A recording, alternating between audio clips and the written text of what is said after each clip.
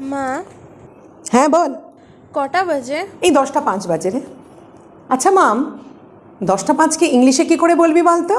10:05। না, 10টা বাজলে আমরা বলি 10 o'clock। 10:05 মানে 5 মিনিট ক্রস করে গেলে বলি 5 past 10।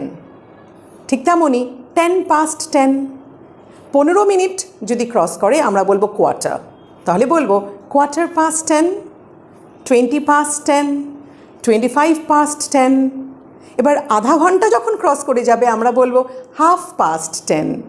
এবং 10:30টার পর থেকেই আমরা কিন্তু কাউন্ট করব নেক্সট স্লটের জন্য 25 to 11, 20 to 11, quarter to 11, 10 to 11, 5 to 11। আর এটাকে কি বলবো? কমেন্ট বক্সে লিখে জানাও।